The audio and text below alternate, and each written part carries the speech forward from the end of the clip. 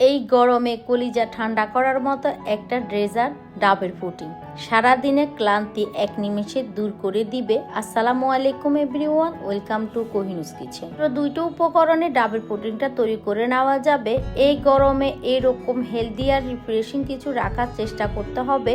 তাই তো খুবই উপকারী একটা ফল ডাব দিয়ে তৈরি এই পুডিং এর কোনো তুলনায় হয় না। তাহলে চলুন চলে যাচ্ছি মূল রেসিপিতে। ডাবের পুডিংটা তৈরি করার জন্য প্রথমে যে দুইটা উপকরণ লাগবে তার মধ্যে প্রথমটাই হচ্ছে এই ডাব। এখানে আমি দুইটা ডাব কেটে পানি নিয়েছি আর এখানে আমার 3 কাপ পানি হয়েছে। এটাকে আমি একটা সাইডে রেখে দিচ্ছি। ডাবের পুডিংটা তৈরি করার জন্য বাড়ির শাঁসযুক্ত ডাব নিতে হবে। দেখতেই পাচ্ছেন আমার ডাবটা কিন্তু অনেকটাই ভারী শাঁসযুক্ত।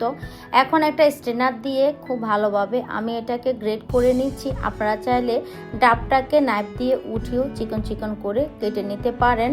এরকম যদি বাড়ির শাঁসওয়ালা ডাব দিয়ে ডাবের পুডিংটা তৈরি করেন, এতে করে ডাবের পুডিংটা খেতে খুব ভালো লাগে। একদম কচি শাঁসওয়ালা ডাব দিয়ে কিন্তু ডাবের পুডিংটা খেতে বেশি ভালো লাগে না। সবগুলো শাঁস আমি এভাবে চিকেন করে গ্রেট করে নিয়েছি। এটাকে একটা সাইডে রেখে দিচ্ছি। এবার আমি এখানে ডাবের পুডিংটা রেডি করার জন্য 3 কাপ আমি ডাবের পানি নিয়েছি। ডাবের পানিটাকে প্রথমে আমি একটা চাকনি দিয়ে ছেঁকে নিয়েছি। অবশ্যই ডাবের পানিটাকে ছেঁকে নিতে হবে। এরপর আমি এখানে 1/4 কাপ চিনি দিয়ে দিচ্ছি।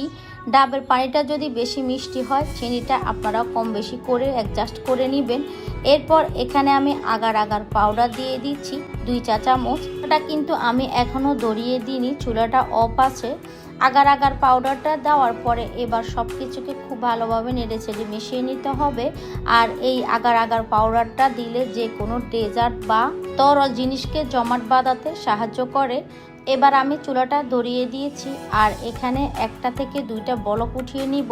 দেখতে পাচ্ছেন ডাবের পানির মধ্যে কিন্তু বলকটাও উঠে গিয়েছে। এখন নেড়েচেড়ে আমি আবারও চুলাটাকে অফ করে নামিয়ে নিব। এর থেকে আর বেশি জাল করব না, এতে করে এটা ঘন হয়ে যাবে। ডাবের পানিটা বেশি ঘন করার কোনো প্রয়োজন নেই। 2 থেকে 3টা বলক উঠে গেলে নামিয়ে নিতে হবে। চুলা থেকে নামানোর সঙ্গে সঙ্গে পুডিংটা আপনি যে বাটিতে সেট করবেন ওই বাটিতে কিন্তু সাথে সাথে এই ডাবের পানিটা ঢেলে দিতে হবে। আজকের এই ডাবের পুডিংটা সেট করার জন্য আমি একটা পুডিংয়ের পাত্র নিয়ে নিয়েছি আর এই পুডিংয়ের পাত্রের মধ্যে আমি এই ডাবের শাঁসটাকে দিয়ে দিচ্ছি। দিয়ে সাথে সাথে ডাবের পানিটাকে ঢেলে দিচ্ছি। মোলটাকে আগে এভাবে সেট করে রাখতে হবে আর এই ডাবের পানিটা কিন্তু গরম থাকা অবস্থায় ঢেলে দিতে হবে। ঠান্ডা করা যাবে না, ঠান্ডা করলে কিন্তু এটা তাড়াতাড়ি সেট হয়ে যাবে। উপর থেকে আমি আরো কিছুটা পরিমাণে ডাবের শাঁস দিয়ে দিয়েছি। এবার একটা স্পুন দিয়ে নেড়েচেড়ে একটু ছড়িয়ে দিচ্ছি। এতে করে ডাবের শাঁসটা চারপাশে ছড়িয়ে থাকবে, খেতে খুব ভালো লাগবে। এবার এটাকে আমি একটা সাইডে 30 মিনিটের জন্য রেখে দিচ্ছি। 30 মিনিট পরে দেখতে পাচ্ছেন এটা খুব ভালোভাবে কিন্তু সেট হয়ে গিয়েছে। আর আপনি চাইলে এটা ফ্রিজের নর্মাল চেম্বারে রেখে ঠান্ডা করে নিতে পারেন, কারণ ঠান্ডা ডেজার্ট খেতে খুব ভালো লাগে। এবার চারপাশ থেকে একটা নাইফ দিয়ে আমি ডাবের পুডিংটাকে ছাড়িয়ে নিচ্ছি। নাইফ দিয়ে এভাবে ছাড়িয়ে নিলে ডিমোল্ড করতে সুবিধা হবে। তারপরেও এরকম ডেজার্ট টাইপের ডেজার্টগুলো পাত্র থেকে পড়তে চায় না। আপনি চাইলে আমার মতো এরকম চারপাশ থেকে 4টা টুথপিক ঢুকিয়ে দিবেন। এতে করে খুব সহজে কিন্তু ডাবের পুডিংটা পাত্রের মধ্যে পড়ে যাবে। ডাবের পুডিংটাকে ডিমোল্ড করার পরে যে সাইডে ডাবের শাঁসটা বেশি থাকবে আপনি চাইলে ওই সাইডটাকে উল্টিয়ে নিতে পারেন। ডাবের এই শাঁসগুলো যদি আপনি বেশি পরিমাণে ডাবের পুডিংয়ের মধ্যে দেন, এতে করে ডাবের পুডিংটা দেখতে যেমন সুন্দর লাগবে আর খেতেও অনেক বেশি মজা লাগবে। এবার ডাবের পুডিংটাকে আমি কেটে নিচ্ছি আর দেখতে পাচ্ছেন ভিতর থেকেও কিন্তু ডাবের পুডিংটা একদম খুব ভালোভাবে সেট হয়ে গিয়েছে আর ভিতরটা দেখতে কতটা সুন্দর হয়েছে।